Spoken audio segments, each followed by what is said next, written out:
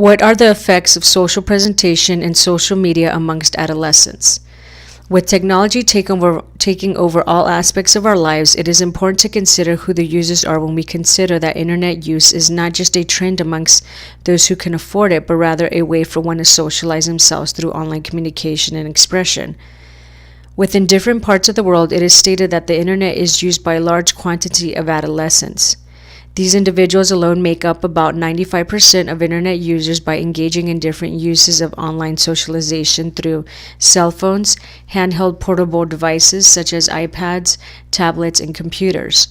Through these means of use, adolescents engage in social networking in where they engage in social interactions with others online through various web pages that have chat rooms, as well as private messaging and public forms of interaction through Facebook, MySpace, Twitter, and photo sharing apps on cell phones such as Instagram. These different sources allow an adolescent to engage with others by sharing their lives or presumed lives with other individuals. A concern with such a large number of adolescents online is that during this phase of their lives, they are faced with a period of time that is most critical in their self-formation, as they are seeking to identify themselves differently than how their parents taught them to identify.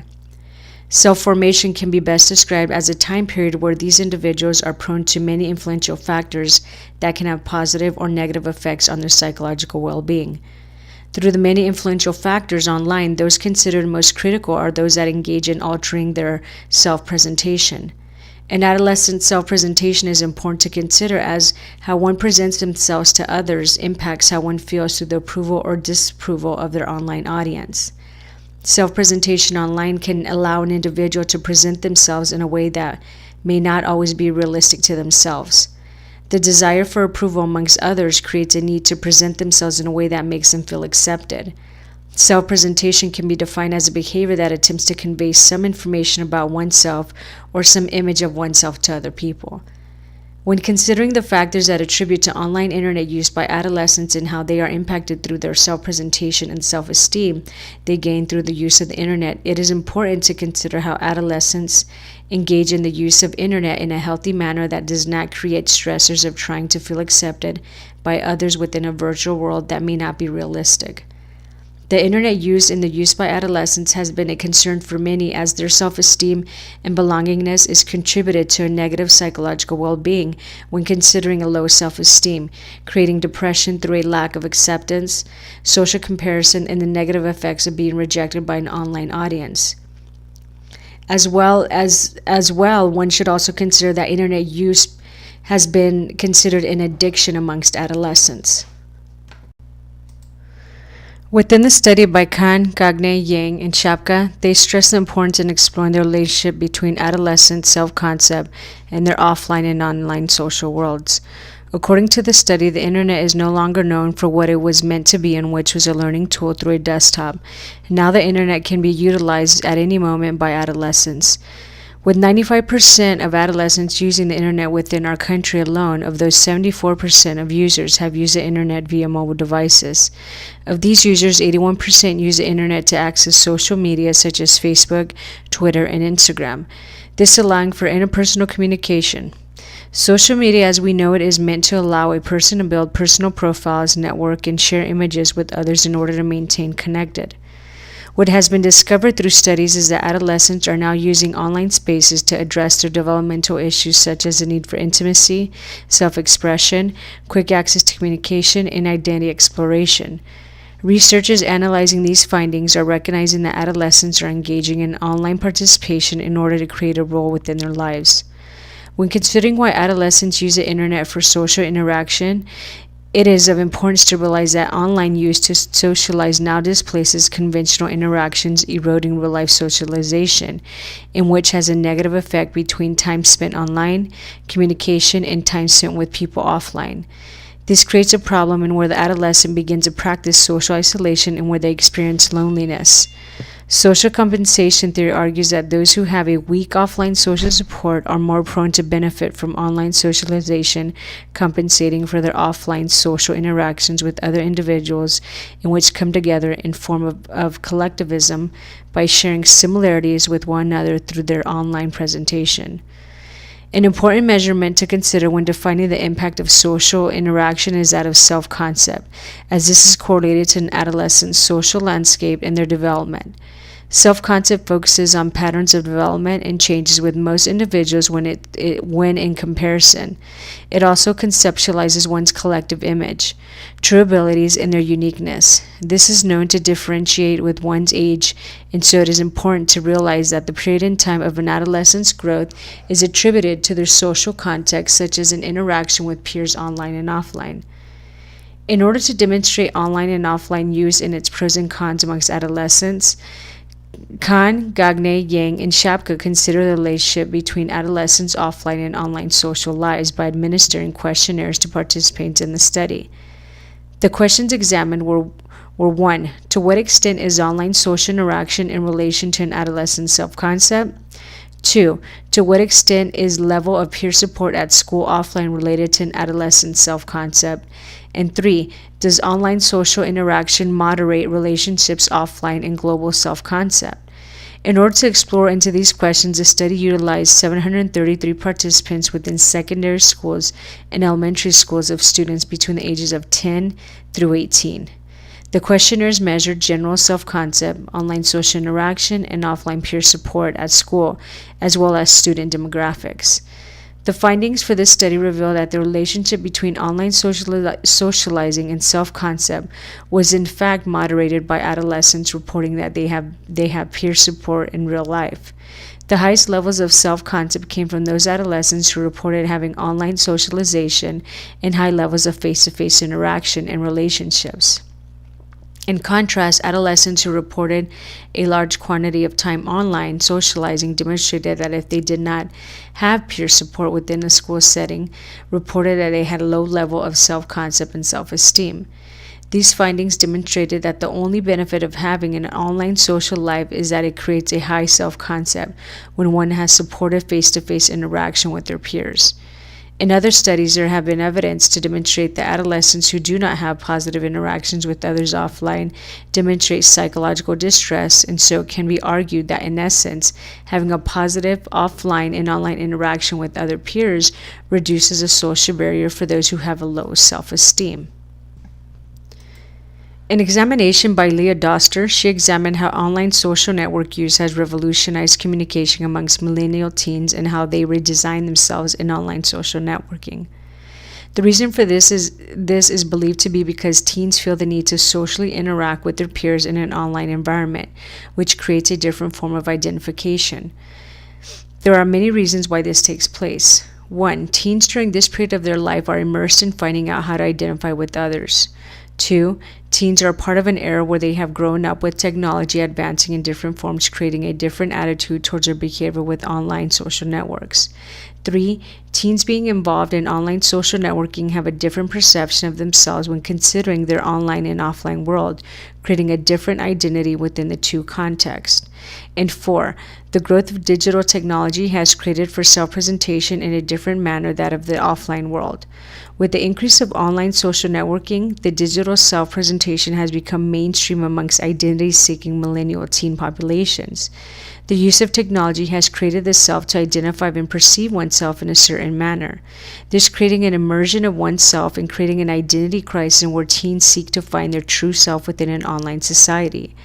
Putting in perspective online use amongst teens, it is agreed, according to Thompson, that teens develop an identity through the process of observation, imitation, and self-evaluation in different types of social contexts.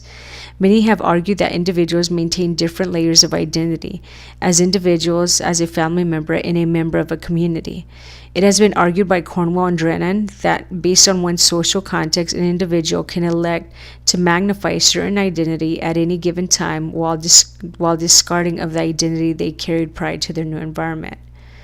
How this takes place is by altering one's self-presentation.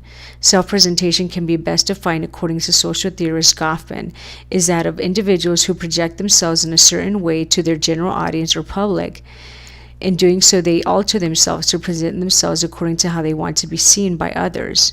In doing this, teens will manipulate their self-presentation with symbolic materials such as with certain popular brands in order to gain acceptance or approval from an audience. This form of manipulation requires a change in physical appearance, the use of symbolic materials, and demonstration of activities, interests, and hobbies, while also utilizing the oppositional approach in where a person will define who they are by conveying who they are not. This form of manipulation is necessary to a person in order to receive a validation from one's online peers. It is believed by other researchers that those who engage in continuous change of self-presentation actually participate in a large amount of time self-enhancing the self online than those who participate in self-presentation offline in order to demonstrate one's ideal self. In doing this, a person who participates in online social networking receives feedback and acceptance to the self they have presented, this creating an identity that one will stick with or the need to change their presentation, this allowing teens to experiment with what they want to present to their online audience. In order to better understand the teens of ages 14 to 16 years of age and their self-presentation, a qualitative approach was conducted in order to conceptualize online audiences and online presentation. Doster analyzed 20 online profiles through a social media page in order to gain a so-called link amongst oneself and those met online. This was done by gaining access to public profiles that allowed for a teen to change their self-presentation based on the different types of users looking at a profile. Categorization was utilized to measure different types of themes within a profile, such as interests, photographs, activities, and styles. The findings from this research revealed that teens use different types of resources to construct their identity through their online profile, such as presentation of how one perceives the look, aesthetics of the self through symbolism, presenting the relationships they have with friends, family, and other groups, and their association with materialistic things such as objects, possessions, brands, and celebrities who they identify with. In publicizing this, a teen presents themselves in a certain way for acceptance within a large scale.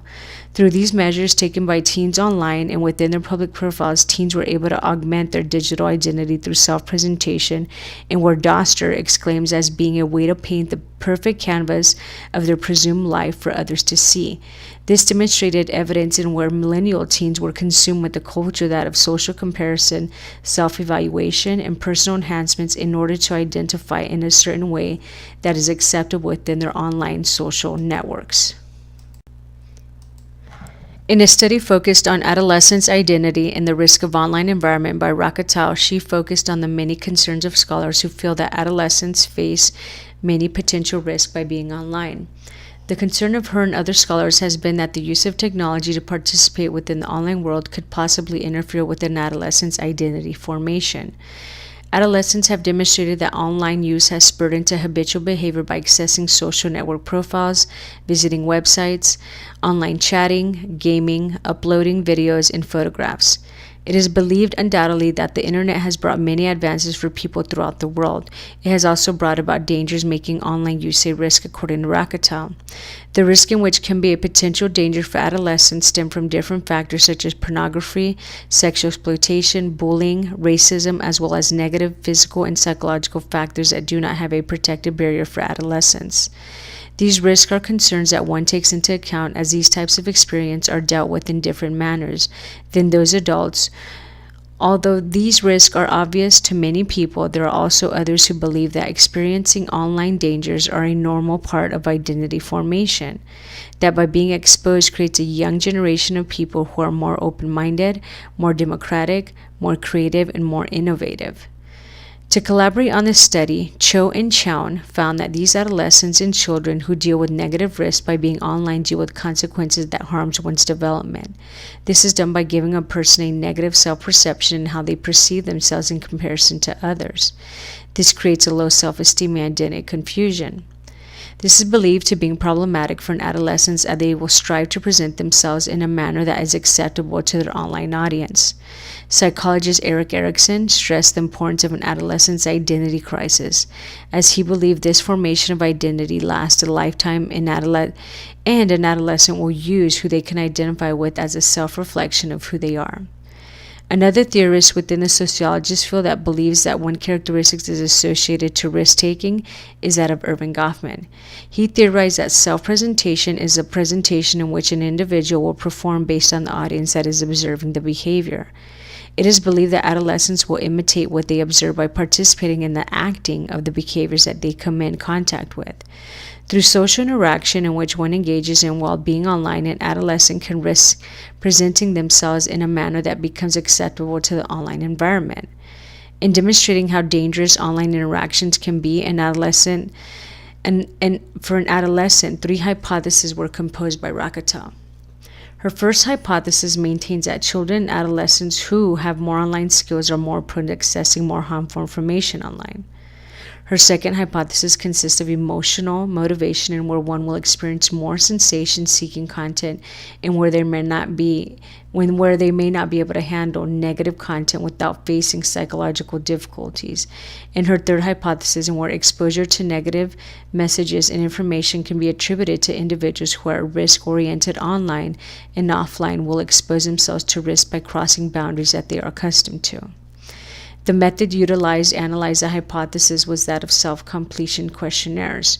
The questionnaires varied for children and adolescents based on ages from 9 through 16 years, where their online performance was measured based on their use of internet based on frequency, profiles on social networking sites, online activities, and their psychological characteristics such as self-efficacy, sensation-seeking, and psychological difficulties.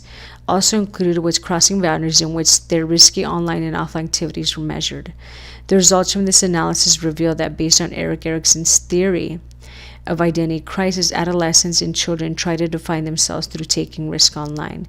Depending on the risk they took individually, they formed an identity that they believed as theirs. It was also found that based on adolescents' older age gave more access to negative websites that was instrumental to the presentation of the self. This being demonstrated by having access to social network sites where profiles were created to present themselves based on the exposure they had through online websites.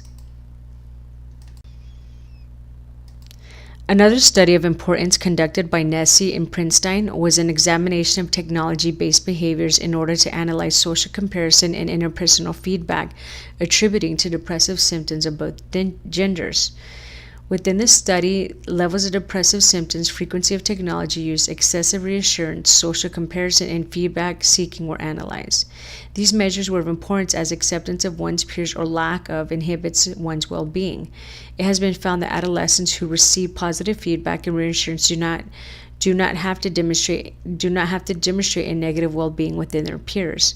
On the contrary, an adolescent who does not demonstrate a positive well-being has many negative psychological factors that contribute to overuse of online social networking in order to gain acceptance and reassurance, leading to a higher frequency use in order to fulfill themselves. As found in other studies, over 90% of internet use is done by adolescents ages 12 to 17 years within the United States. Of the 90% of users, 70% belong to a social network site where profiles of themselves are created. It is stated that the average time an adolescent spends online is 7 hours a day, whether by cell phone, computers, or other handheld devices that allow for internet use. Of the use of internet, there are popular sites and apps that adolescents engage in, such as Facebook, Twitter, and Instagram. These all allow for profiles to be created of oneself by utilizing images that are uploaded in order to present themselves according to their online audience. It is stated that an adolescent will have a network of presumed online friends of 300 different individuals.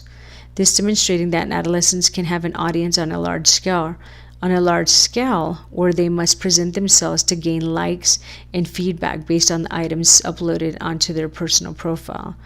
Based on this, an adolescent will ultimately use selective self-presentation to portray themselves in an ideal manner in order to gain acceptance. It has been suggested through other studies that frequent use of technology has attributed to negative outcomes through social network interaction.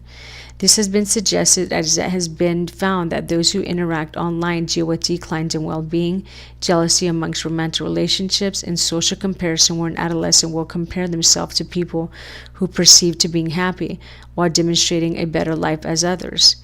Not only do adolescents deal with social comparison, but they can also experience negativity in the form of social isolation, feelings of depression, and cyberbullying. In examining the association between technology and depressive symptoms, a consideration of popularity and gender were considered as a possible role for how one feels. What is known through other observations is that popular adolescents tend to have a higher self-esteem. They demonstrate less comparison and receive more positive feedback from their peers. Of gender, it seems that females are more prone to engage in social comparison when considering physical attractiveness through photos seen online, this creating a threat to a female adolescent's self-worth. Within the study, Nessim Stein, they hypothesized that higher levels of technology-based social comparison and feedback-seeking adolescents would be associated with higher levels of depressive symptoms. A second hypothesis was also created to associate peer popularity to either a strong or negative association when considering technology use. A third hypothesis considered that gender would also be associated with a negative effect amongst female adolescents. In order to conduct this study, 868 students from 8th through 9th grade from the ages of 12 to 16 years of age of a low to middle socioeconomic status were considered. The procedure was conducted in two waves, in which consisted of surveys focusing on measures of socioeconomic status, depressive symptoms, popularity amongst peers, technology-based social comparison, feedback, excessive reassurance seeking of how one looks to their peers, and frequency of technology use. In focusing on these measures, it was found that of the students who stayed around for the second wave of surveys found that the first hypothesis of social comparison feedback seeking measure was found to be associated with depressive symptoms. It was also found that those adolescents dependent on technology were also associated with social comparisons feedback seeking theory, attributing to a low popularity level. On the contrary, those with the high popularity level did not demonstrate much of an association with depressive symptoms with technology use. In support of the third hypothesis, considering gender, there was a moderate association between technologies-based social comparison and feedback-seeking theory being stronger for female adolescents than that of males. With these findings, it is believed that online social context can be attributed to an idealized self-presentation amongst adolescents who are not popular. These individuals spend longer times online seeking peer profiles and photos, participating in social comparison, making them vulnerable to negative feelings of their self by creating a distortion of whom their peers are, causing harmful effect on their self-esteem. Even when they are given positive feedback amongst their peers, they tend to idealize that others are better than them. With this frame of thought, adolescents who spend a lot of time online believe that life is not fair for them and that others are better off than they are. This creating depressive symptoms of individuals that engage in high levels of social comparison and self-presentation. In a study of adolescents in Singapore by Chua and Chang, an exploration of how teenage girls perceive themselves through self-presentation online while utilizing selfies in order to present themselves was taken into consideration, as selfies have become popular amongst female adolescents. This study is not all that foreign when considering that adolescent girls who own a cell phone in any part of the world also partake in taking selfies as means of self-presentation. Many adolescents utilize social media to participate in self-presentation through profiles where one can share images of their self to gain an audience. While social media allows for profile sharing at the macro level, there are also apps or applications on cell phones that allow an adolescent to post images of their self for peers to see. Based on these type of selfies shared, an individual can gain positive or negative results such as likes or not enough likes of an image. This form of feedback can contribute to positive or negative forms of acceptance. Many adolescent girls who partake in taking selfies to share are girls who are experiencing identity formation. This allowing a girl to create an identity that is acceptable for others to see. This creating a positive self-image or insecurities based on the reaction of others. Social media has created a platform where girls can present themselves in a way that demonstrates their physical changes. The influences through the internet become dangerous and where an adolescent is faced with standards of beauty that can be found throughout many avenues of the internet. With the ability to socially compare oneself through social networks site of Instagram and Facebook, an adolescent will engage in an online self-presentation by posting images of herself looking beautiful according to what she sees online.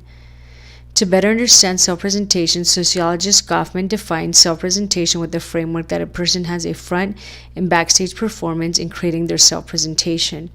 A person who is in front stage adjusts their behavior and image in order to gain acceptance through peers or an online audience. The backstage consists of the preparation it takes in order to be presentable to peers and strangers within the online social context. The images shared within social network sites and photo sharing apps allows for images to remain in representation of the individual. Based on these images, one demonstrates what they want their audience to see. Scholars such as Mendelsohn and Papakarisi have stated that when people utilize social network sites, they are articulating an identity that is believed to be a highly version of themselves in order to gain acceptance. With photo sharing, online photos are the primary means of demonstrating one's identity with partaking in self-presentation, in which allows communication without ever saying a word. Peer comparison is explored based on the social comparison theory, and where the theory holds that individuals will evaluate one another within the peer groups. Through social comparison, adolescents will, for instance, collect information as in pictures in order to evaluate capabilities and characteristics of who they are. When an adolescent is given positive feedback based on the presentation, they are forced to maintain the standard look in which they have provided through images. In providing images that are presentable to one's peers, adolescent girls find the need to continually compare themselves to others, this creating a need to belong by peer groups, friends, and those that are being compared by continuously presenting themselves through selfies.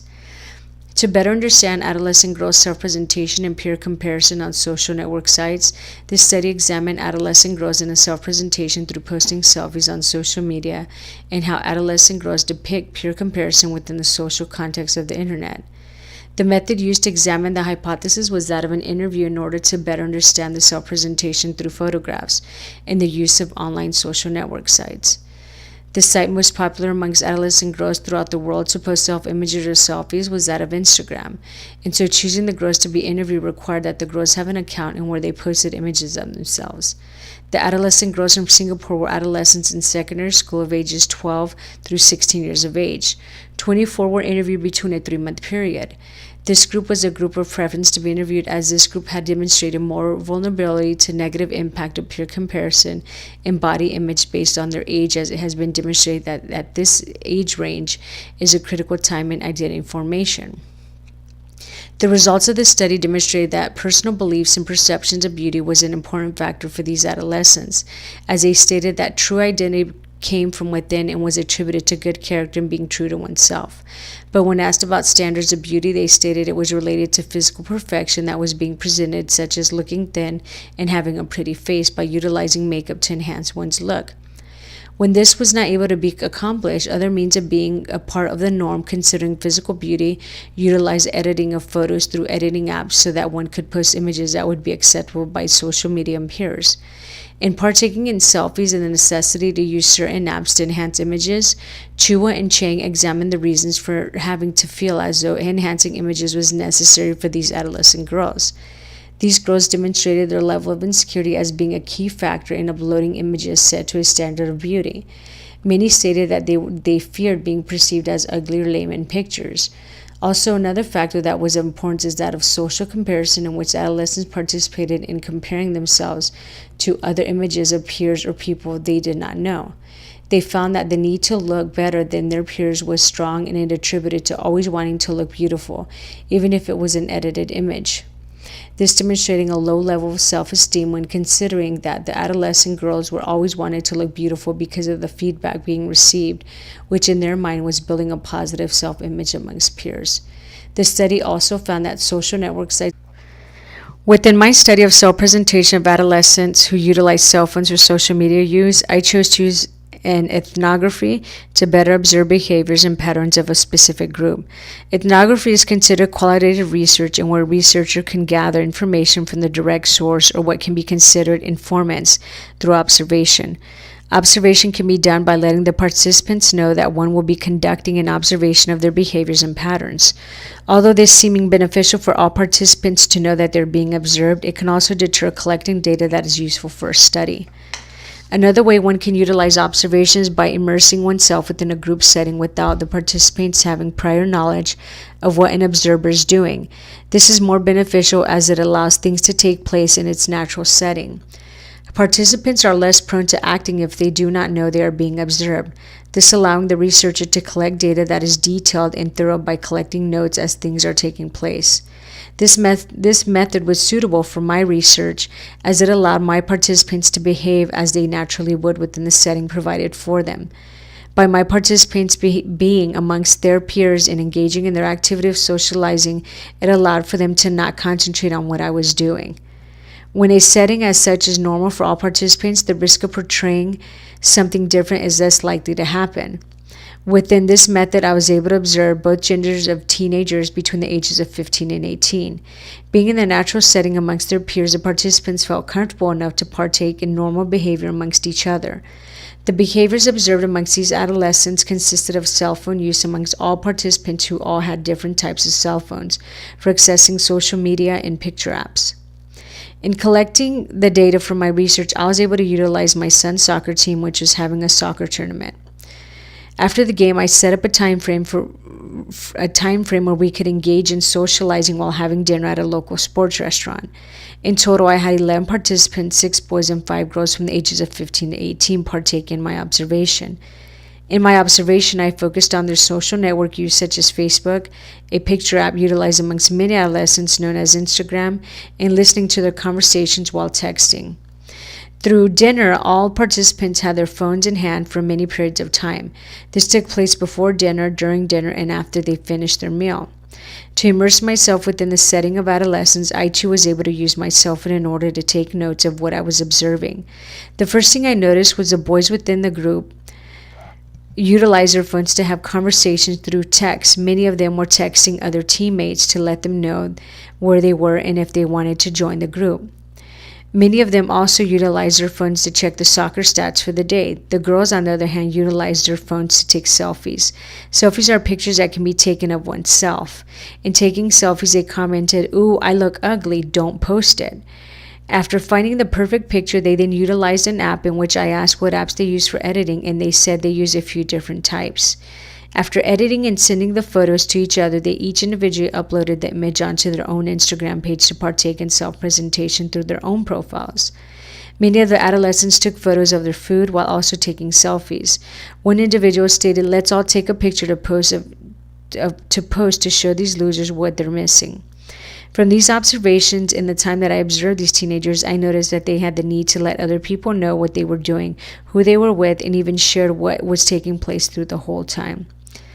I also found interesting that the boys did not engage in modifying images, but the girls demonstrated that they needed to present themselves in a certain manner before being able to post online. This consisted of multiple selfies being taken throughout the night. This seemed more obnoxious to do for the boys, as one stated, "Changing the pictures and helping you, we all know what you look like at school." This created a short argument amongst the adolescents. In observing this group, I could see that utilizing a cell phone during the whole time of the observation was a necessity for these teens. It was as if they unconsciously did it. I also noticed that they were not fully present in the moment as they multitasked from being on their phones through social media. In listening to their conversations, they also knew what was taking place in locations in which they were not actively present. Their use of cell phones allowed for them to utilize self-presentation of themselves as a group as individuals. They also compared where they were to where their friends were at by even name-calling each other losers. This also demonstrated was self-comparison by the girls who were focused primarily on their looks based on pictures taken. Many were concerned with not looking pretty enough to post an image online and so utilized apps to edit their presentation. Although I did not measure what the effects would be on self-presentation, the observation did allow me to better understand the difference of gender and how they presented themselves through social media. The concern that I had through this observation was that social media use is a necessity for adolescents to present their doings for others to see. I also noticed that the adolescent girls dealt with self-presentation in a manner that would allow for approval by editing images before uploading to social media. this bringing about the realization that self-presentation is done differently for both genders of popular adolescents. Within the study, I found that social media has attributed to how one presents themselves online. Through the different forms of self-presentation, there can be negative and positive outcomes. With adolescents and the effects being negative or positive must take into consideration psychological well-being, as it has been demonstrated in studies that adolescents who have a high self-esteem will have a positive online experience just as they have a positive offline experience with peers. On the contrary, when an adolescent does not share a positive offline world, they are prone to negative psychological effects such as low self-esteem and depression, in which attributes to the need to fit in where their identities are not questioned. What this creates is a false self-presentation while utilizing social media in order to gain acceptance of an online audience and their peers. Those with low self-esteem will find the need to change their images, persona, and even the reality of their lives. Because these factors are not highly considered within social media, a person can easily create a self-presentation that distorts their identity. This creating many negative factors, as one may find the need to always participate in social comparison while trying to gain acceptance at the macro level of the internet. In considering the effects of self-presentation in social media amongst adolescents, it can be seen through studies that although internet use was intended for positive outcomes when we consider the use by adolescents, such as utilizing it as an educational tool, we cannot turn away from the fact that adolescents partaking in social media has many negative factors for those most vulnerable. When we consider that social media presents before us many images of what is around the world, it makes for one to have desires of being in certain places, looking a certain way, and desiring what one does not have. Adolescents are living in a period of time where their identity formation is in a critical stage, when they are exposed to many beliefs, concepts, and ideas that the internet has to offer.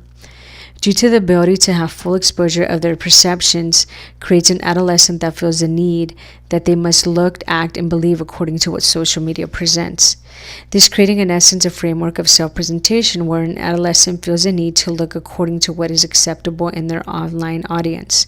When an adolescent finds themselves not being able to uphold certain standards of social media, they will feel the need to present themselves in a manner that creates acceptance while also attributing to their self-esteem.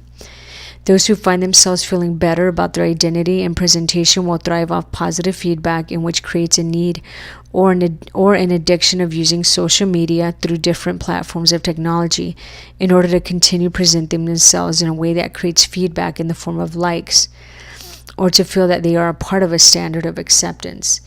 When we consider what studies have demonstrated in social media use by adolescents, it is imperative to understand that adolescents who use social media can be affected in a way that inhibits their well-being when they find that they must look a certain or present their lives according to what their peers will see as acceptable.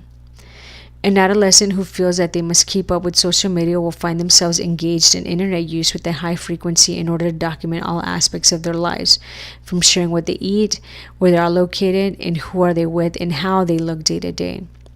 As social media is consuming the minds of adolescents in their self-presentation, in order for acceptance, many factors must be considered in order to better understand how social media can distort the minds of an adolescent who are in the stages of identity formation.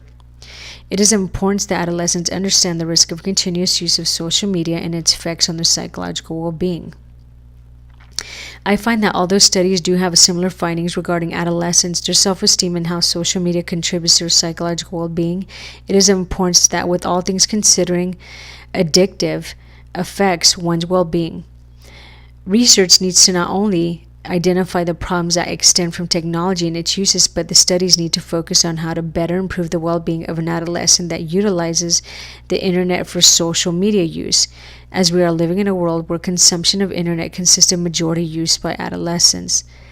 This will in essence create adults who later in life deal with needing to present themselves in a manner and where acceptance is easily gained. It is disturbing to realize that adolescents, if not guided in a way to see more than what they present online, will become adults who are insecure in their offline presentation, will not who are insecure in the offline presentation will not be able to perceive reality in a way that attributes to positive aspects without the need to alter their presentation in order to gain acceptance within society.